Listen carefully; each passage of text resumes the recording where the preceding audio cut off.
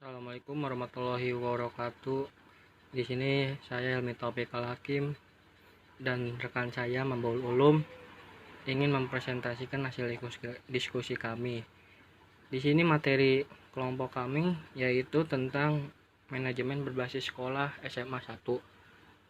Di sini pengertian dari manajemen berbasis sekolah menurut Nurholis 2006.211 yaitu merupakan bahwa manajemen berbasis sekolah adalah model pengelolaan sekolah dengan memberikan kewenangan yang lebih besar pada tingkat untuk mengelola sekolahnya sendiri secara lebih langsung. Yang kedua, menurut Mulyasa 2002, manajemen berbasis sekolah atau MBS merupakan suatu konsep yang menawarkan otonomi pada sekolah untuk menentukan kebijakan sekolah dalam rangka meningkatkan mutu, efisiensi, pemerataan pendidikan agar mengakomodasikan keinginan masyarakat setempat serta menjalin kerjasama yang lebih erat antara masyarakat dan pemerintah. Yang ketiga ini menurut Sudarman Danim 2005, MBS dapat didefinisikan sebagai suatu proses kerja komunitas sekolah dengan cara menerapkan kaidah-kaidah otonomi, akuntabilitas, partisipasi, dan sustainabilitas untuk mencapai suatu tujuan pendidikan secara lebih bermutu. Di sini pengertian umum manajemen berbasis sekolah merupakan pengelolaan sekolah oleh komunitas sekolah dalam rangka meningkatkan mutu pendidikan. Dalam hal ini, mutu pendidikan mengacu pada masukan, proses, luaran, dan dampaknya. Jadi mutu kualitas MBS di sini dilihat dari perspektif yang lebih luas. Tujuan MBS ini bukan mendongkrak hasil prestasi belajar siswa, melainkan melakukan pemberdayaan sekolah. MBS dikatakan berhasil jika sekolah tersebut sudah dikelola atau diberdayakan dengan baik. Sementara prestasi belajar hanyalah efek dari MBS tersebut, bukan tujuan utama dari MBS tersebut. MBS akan berjalan dengan baik jika seluruh komunitas sekolah ikut berpartisipasi. Komunitas sekolah di sini mencakup kepada kepala sekolah, guru, dan komite sekolah.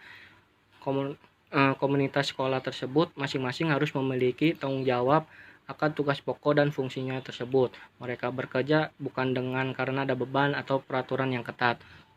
Mereka bekerja secara efektif, efisien, dan disertai dengan niat yang ikhlas. Dengan seperti itu, maka MBS ini akan berjalan dengan manajemen berbasis sekolah. Di sini menurut Kathleen, penerapan MBS yang efektif secara spesifik mengidentifikasi beberapa manfaat, diantaranya yaitu yang pertama, memungkinkan orang-orang yang kompeten di sekolah untuk mengambil keputusan yang akan meningkatkan pembelajaran. Yang kedua, memberi peluang bagi seluruh anggota sekolah tersebut untuk terlibat dalam pengambilan keputusan penting. Yang ketiga, mendorong munculnya kreativitas dalam merancang membangun program pembelajaran. Yang keempat, mengarahkan kembali sumber daya yang tersedia untuk mendukung tujuan yang dikembangkan di setiap sekolah. Yang kelima, menghasilkan rencana anggaran yang lebih realistik ketika orang tua dan guru makin menyadari keadaan keuangan di sekolah, batasan pengeluaran, dan biaya program-program sekolah.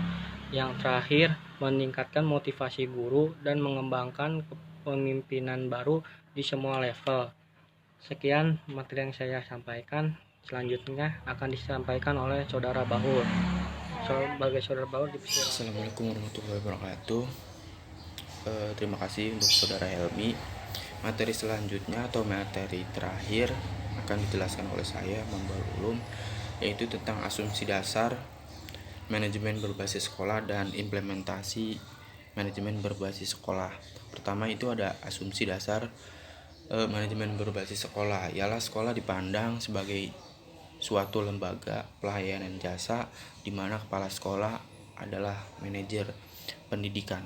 Tentunya dengan adanya asumsi seperti ini, suatu pendidikan atau suatu sekolah mempunyai tanggung jawab lebih terhadap peserta didik. Lalu bentuk otonomi manajemen pendidikan dalam hal ini kepala sekolah atau madrasah dan guru dibantu oleh komite dalam mengelola kegiatan pendidikan nomor 20 tahun 2003 pasal 51 ayat 1 tentang sistem pendidikan nasional. Dalam hal penyelenggaraannya, kepala sekolah mendapatkan kewenangan, kebebasan, keleluasaan untuk menyusun kebijakan dan melaksanakan program serta strategi-strategi yang telah dirancang sedemikian rupa, tentunya untuk meningkatkan mutu pendidikan atau mutu dari sekolah tersebut. Lalu tentunya dalam hal ini juga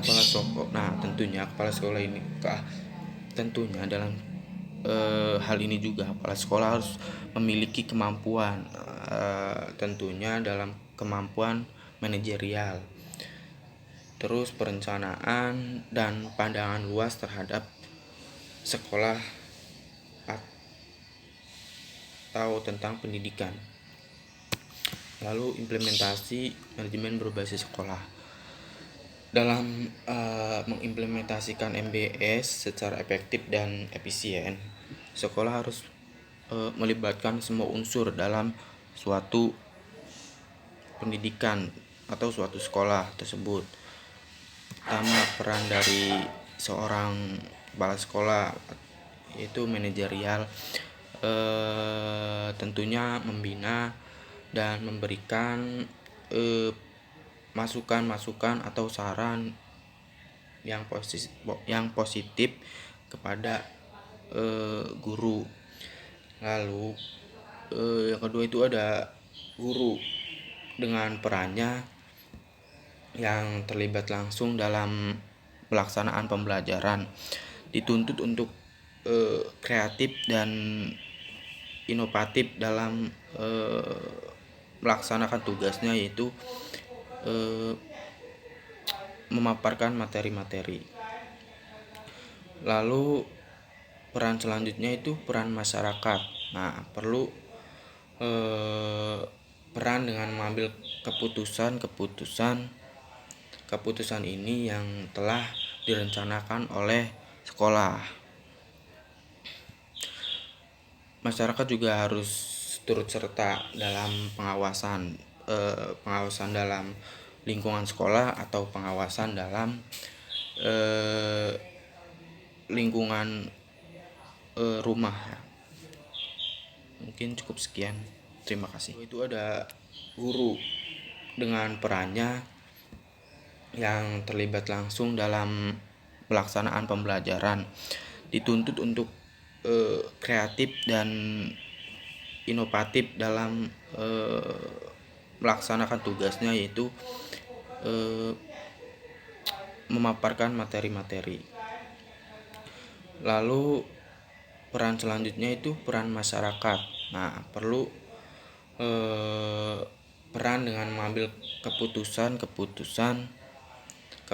ini yang telah direncanakan oleh sekolah. Masyarakat juga harus turut serta dalam pengawasan dalam lingkungan sekolah atau pengawasan dalam